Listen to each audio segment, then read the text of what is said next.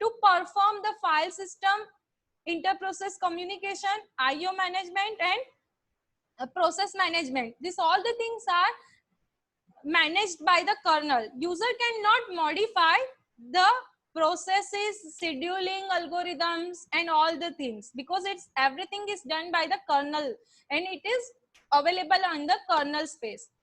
So this approach is not modulable because all the services are available built in. While in think about the advantage of such a system. Whenever you are using the monolithic kernel approach to design your distributed system, you will always get the fast processing speed, because all the tasks and processes are done by the kernel at the kernel level space. So at the user level space, you do not need to do anything. While in microkernel approach concept, your kernel having only lower level services for the inter-process communication, process management, memory management. The kernel is only giving lower level services. By using this lower level services, user can define their own mechanism for the process management and resource management. So see over here in image, in user level space, user can modify file systems, process servers, pagination concept, driver concept, IO devices concept, resource management concept. Applications and libraries are also available, but user can write their own code for this operating system level services also. And this kernel having only microkernel level services, at lower level services only. So here in this concept, monolithic kernel having the modular approach and it is modifiable. This this microkernel is basically provides the modularity concept, well-defined user interface for the user. You can provide the access service irrespective of the location to access something. Easy to port and maintain and extend any service. You can easily install, debug, and extend the module in the operating system in a kernel space. So here microkernel is basically flexible to modify the services and extendable. So whenever you want to design your distributed system, microkernel approach is suitable if you want to modify your distributed system, if you want to create some distributed system which is flexible. So again, here is the difference in monolithic kernel. All the services are available at the kernel level space. This rectangle is used for the kernel level space, and this oval is used for the services like files and network services. This rectangle in monolithic kernel, inside this rectangle, that means inside the kernel, services are available, kernel space. While in microkernel, your kernel having no services, the services are available outside of the kernel. That means it is modifiable. So whenever you are using this approach, your services are not available in a kernel space, so it is modifiable. That means microkernel approach is modifiable. You can modify the available services.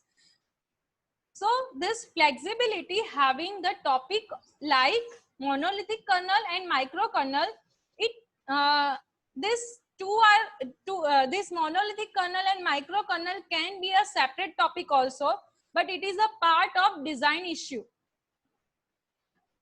Next is third issue is about the reliability. Reliability, that means availability in case of hardware failure. If some hardware fails, then also your system is available for the users.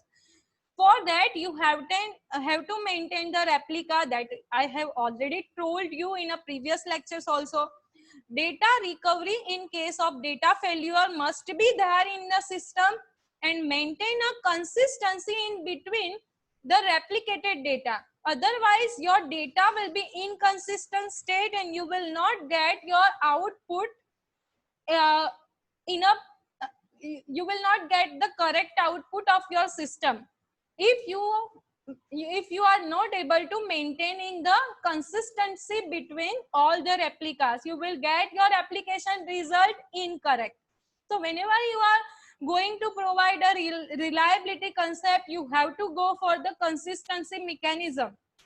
So again, this to provide 100% reliability to design a distributed system is very difficult.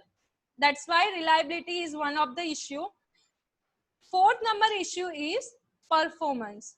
Performance, that means we are generally designing this distributed system to provide a high response time, high throughput, system utilization, best system utilization, because whenever some machines are ideal in a network, we can use that ideal machine to generate our response with a small time.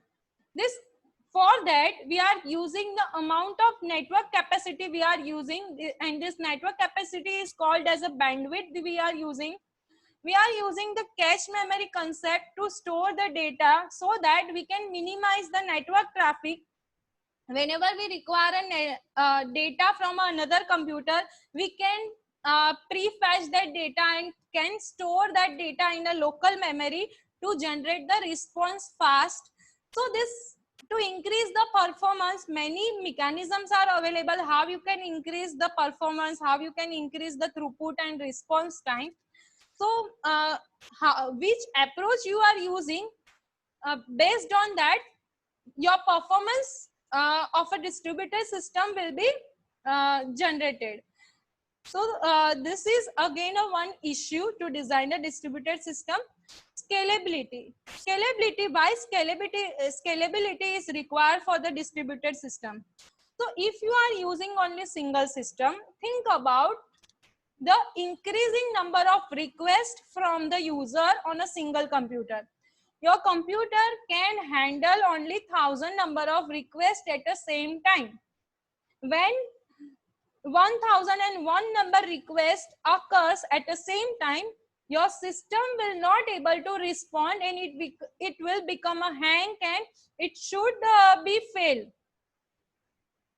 Then what you should do with that system?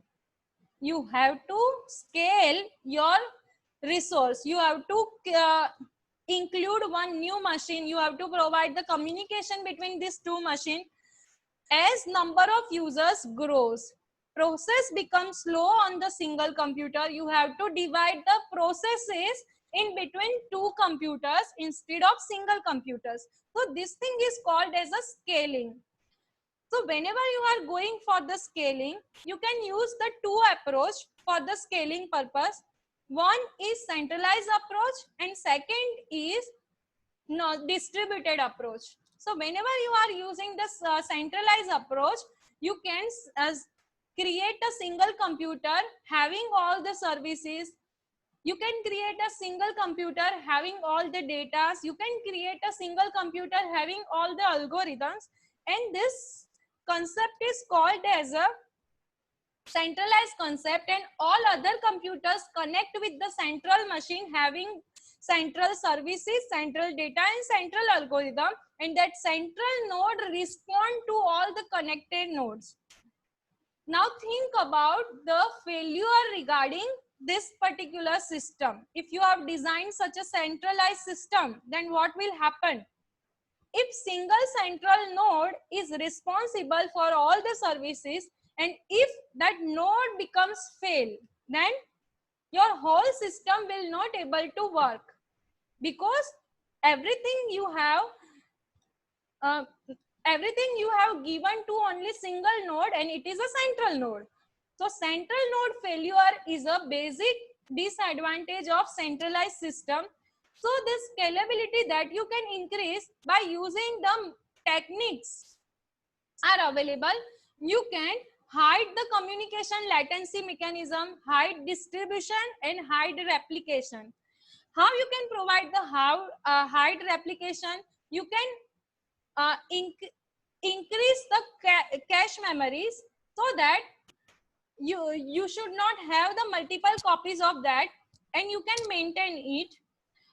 To hide the communication latencies, how you can hide? If you want to send the data from client to server, here I want to send the data, this many data I want to send, first name, last name and email, to this particular server. So instead of sending a small part of a data, you can send this all the data in a single message. So here there is a 7 messages you are using, and here in a single message you can send the same data from client to server. So here it is an advantage, you can save the number of messages and you can reduce the traffic over the network. So this is called the hide communication mechanism technique. Send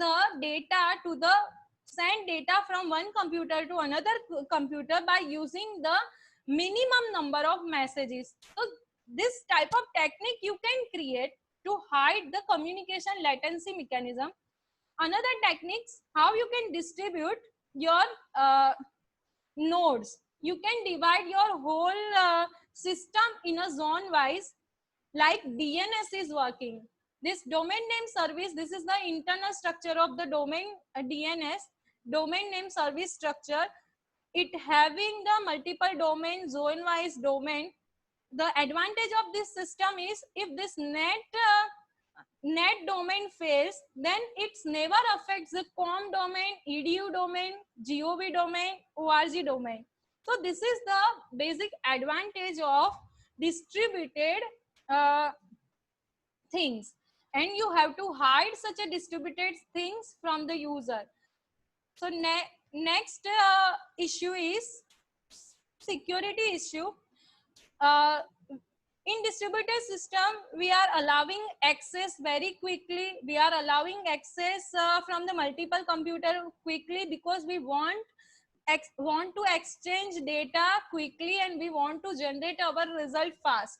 So to provide a fast access mechanism, there can be a problem of a security issue in your system. You can provide the security issue by providing the confidentiality. Confidentiality means protection against the unauthorized access. You can provide the integrity, means protection of data against the corruption of data. Availability, that means protection against the failure, and it always available. That means if failures is there, then also your system should available. So you can provide the security by using this mechanism, and to provide a high security in distributed system is one of the design issue. 7 number issue is fault tolerance. That means some fault is there, then also your system should able to tolerate that fault. And this thing you can create by using the replication of the server as well as replication of data. But again, you know the problem of replication, when the next server should respond, that you have to identify. When replicated data should work, that you have to identify. And to maintain all replicated data consistent, it again